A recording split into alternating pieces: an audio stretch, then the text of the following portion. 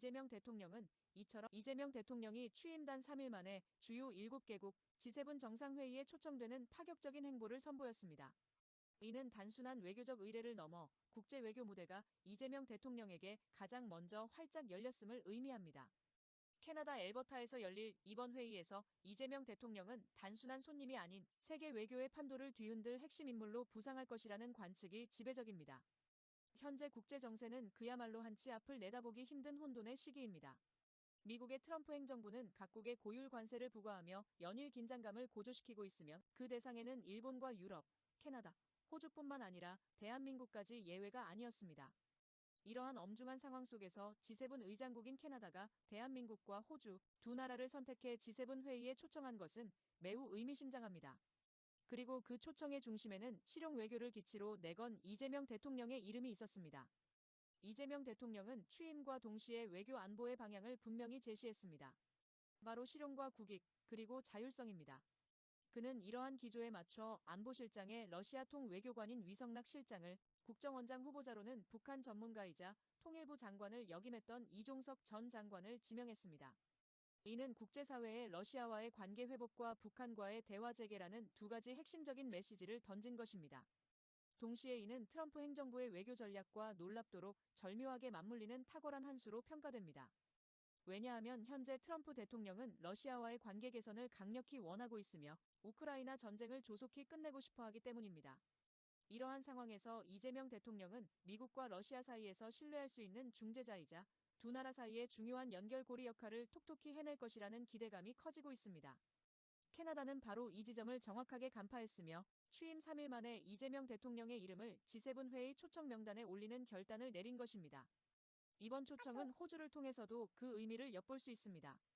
현재 트럼프 행정부는 호주의 GDP 대비 3.5%까지 국방비를 증액하라고 강력히 압박하고 있습니다. 이미 호주는 GDP의 2.4% 수준까지 국방비를 늘린 상태지만 트럼프는 여전히 부족하다는 입장을 고수하고 있습니다. 이에 호주의 앨버니지 총리는 우리가 결정할 일이라며 단호하게 맞서고 있습니다. 주목할 점은 앨버니지 총리가 반트럼프 정서를 등에 업고 총선에서 압승을 거둔 인물이라는 점입니다. 이러한 점에서 이재명 대통령과 앨버니지 총리는 국제 정세의 흐름을 함께 타고 있다고 볼 수 있습니다. 결국 이번 G7 정상회의 초청은 단순한 외교 행사에 머무는 것이 아니라 트럼프 행정부의 일방주의에 맞서 실용 외교 연대를 구축하려는 국제사회의 선택이 있었던 것이며 그 핵심에 이재명 대통령이 자리하고 있는 것입니다.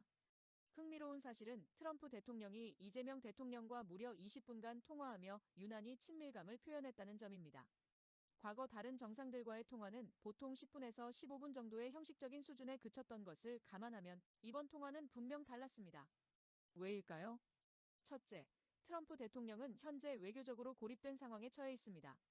일본과의 관세 협상은 교착 상태에 빠져 있고 유럽과는 계속해서 긴장 국면을 이어가고 있습니다. 이러한 상황에서 러시아와 북한에 유연하게 접근하려는 이재명 대통령의 실용 외교는 트럼프 대통령 입장에서는 유일하게 협상이 가능한 숨통으로 보일 수밖에 없습니다. 둘째, 이재명 대통령은 단순히 한반도 문제에만 국한되지 않고 러시아, 중국, 미국 사이에서 균형 있는 외교를 구사하려는 큰 그림을 가지고 있습니다. 트럼프 대통령의 시각에서 보면 대한민국이 중국과 러시아 사이에서 미국을 대신해 중요한 메시지를 전달해 줄 수 있는 전략적 파트너가 될 수 있는 것입니다. 셋째, 이재명 대통령은 아직 철강 및 알루미늄 관세 인상 문제에 대해 강력하게 반발하지 않고 있습니다. 캐나다와 유럽연합, 호주 등은 모두 트럼프의 관세 정책에 대해 비판 성명을 내고 세계무역기구 WTO 제소까지 검토 중이지만 대한민국은 묵직하게 실용적인 태도를 유지하고 있습니다. 트럼프 대통령 입장에서는 이재명 대통령과의 관계를 잘 다져두는 것이 미국의 국익에도 부합한다고 판단할 수 있는 것입니다. 이러한 배경 속에서 이재명 대통령이 G7 회의에서 무엇을 기대하고 있을까요? 첫째, 대한민국 제조업 보호입니다. 미국의 관세 정책이 강화되면 대한민국의 철강, 반도체, 배터리 산업에 직접적인 피해가 불가피합니다. 이재명 대통령은 G7 정상들에게 다자간 공동 대응이나 보다 유연한 협상 테이블을 제안할 가능성이 매우 큽니다. 이는 단순히 특정 산업의 보호를 넘어 대한민국 경제의 근간을 지키기 위한 중요한 외교적 노력입니다. 둘째, 에너지와 공급망 재편의 주도입니다.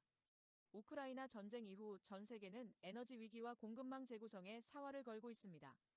대한민국이 이러한 구도 속에서 새로운 중심축으로 설 수 있도록 외교적 기반을 확보하는 것이 이번 회의의 핵심 목표입니다.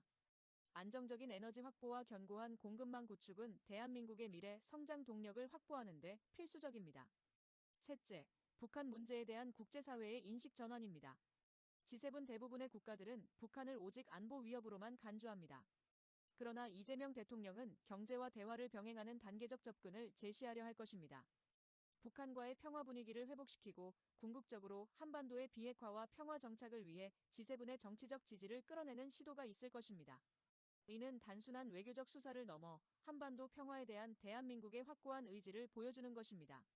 넷째, 트럼프 대통령과의 향후 협력 구도를 공고히 하는 것입니다. 이재명 대통령은 미국 대통령과의 관계에서 일방적으로 끌려가지 않으면서도 대한민국의 국익을 중심에 둔 전략적 파트너십을 만들어 가려는 입장입니다. 트럼프 대통령 또한 자율적이면서도 실속 있는 동맹국을 원하고 있습니다. 상호 존중과 국익을 바탕으로 한 새로운 형태의 동맹 관계를 정립하는 것이 이재명 대통령의 목표입니다.